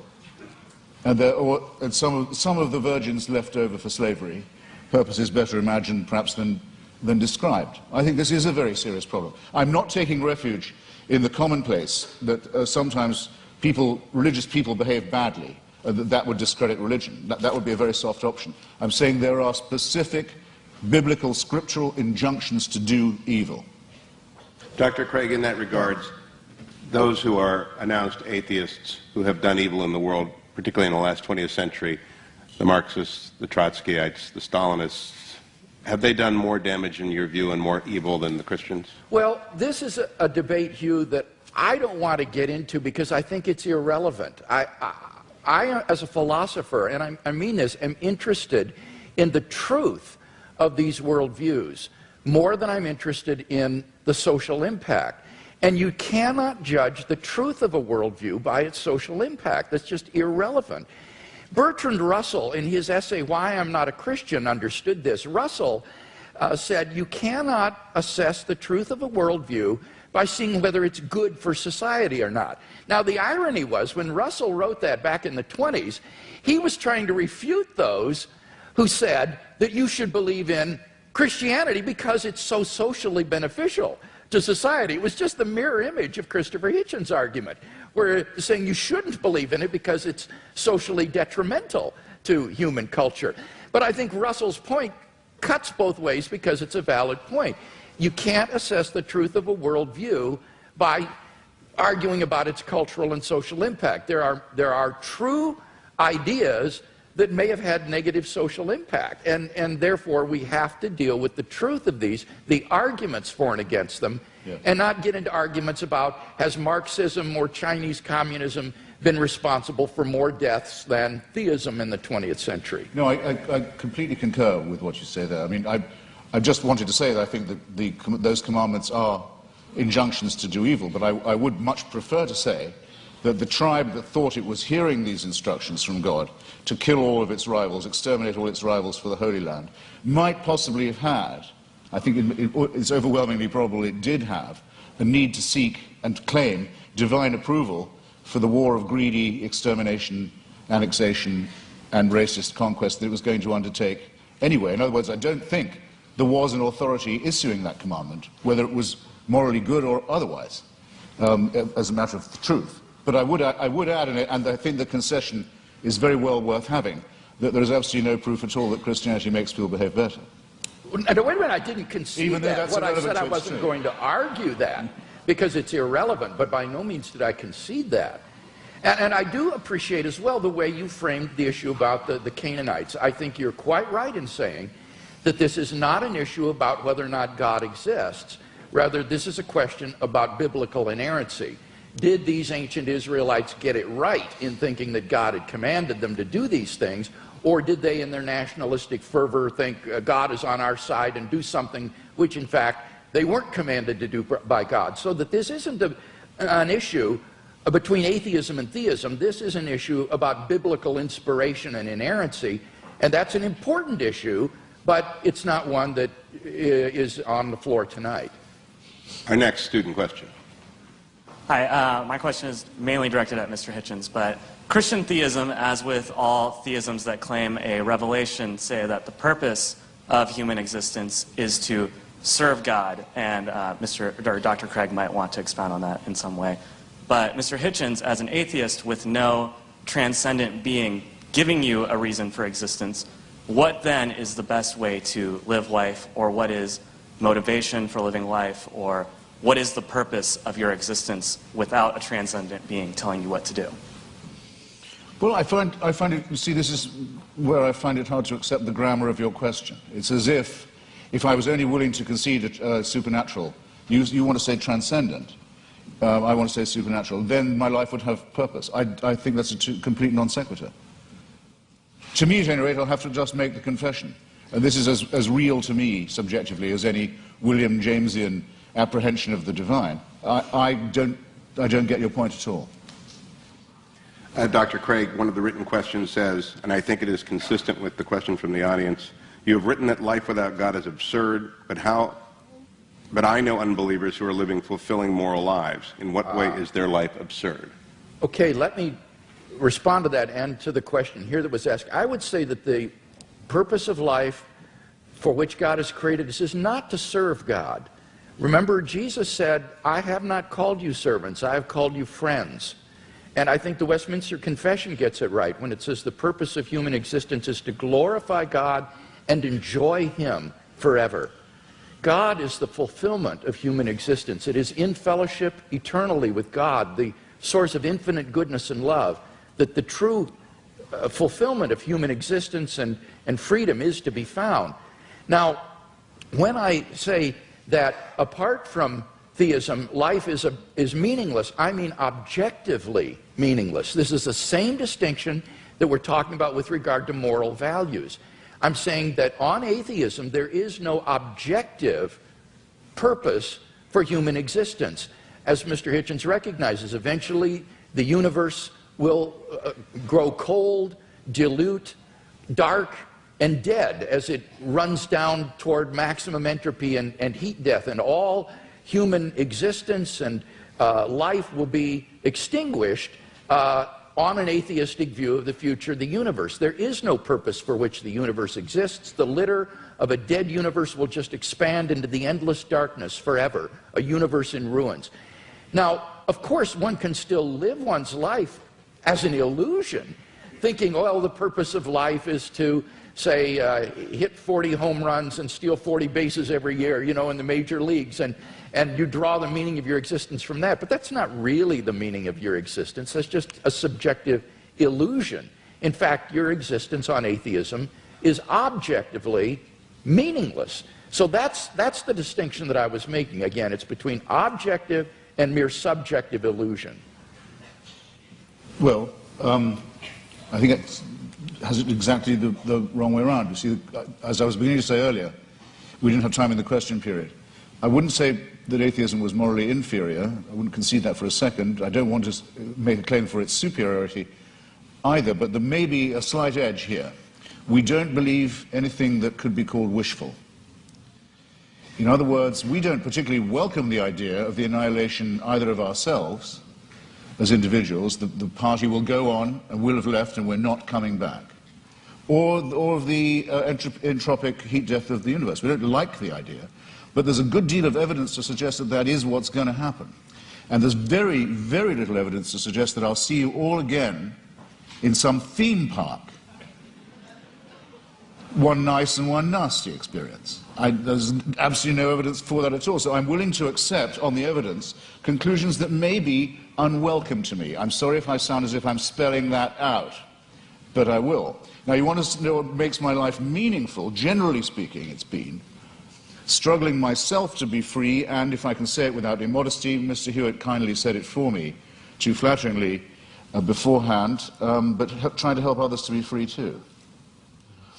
That's what's given a lot of meaning to my life, and does still, the solidarity with those who want to be as free as I am, partly by luck and partly by my own efforts and the efforts of others. Well, one obstacle to liberty, and that's why I mentioned it, and gave so many examples of it in history and in the present day, is the poisonous role played by fellow primates of mine who think they can tell me what to do in the name of God because God's told them that they have this power.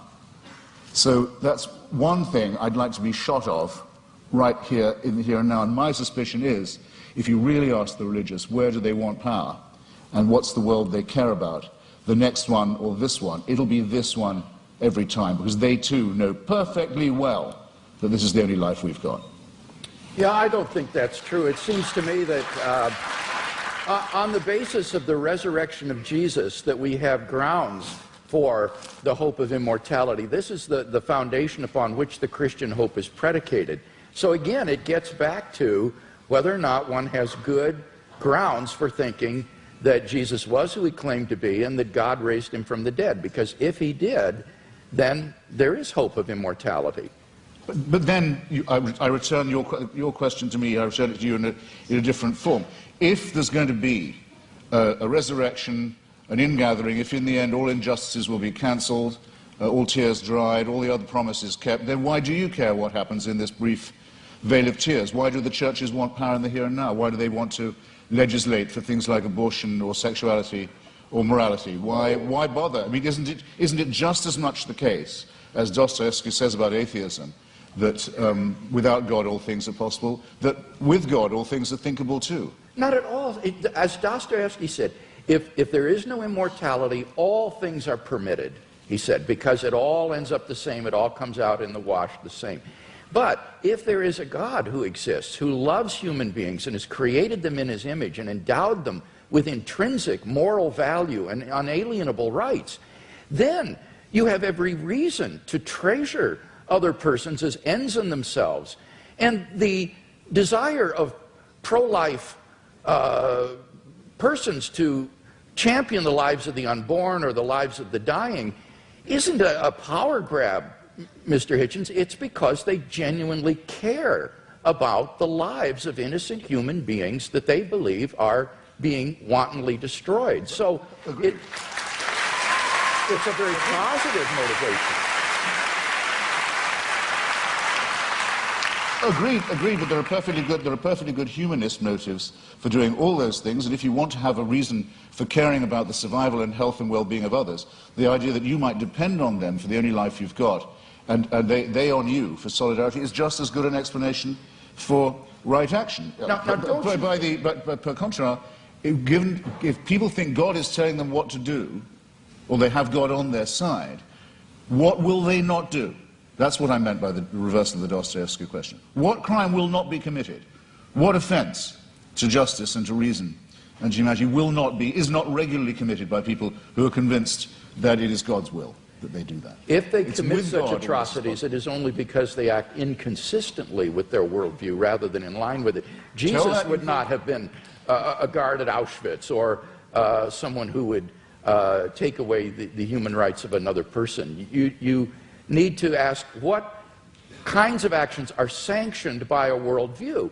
And on atheism, as Dostoevsky said, it seems everything is permitted. Humanism, without God as a basis for humanism, is just a form of speciesism, a bias in favor of your own species. I think Christianity affirms the real basis for humanism.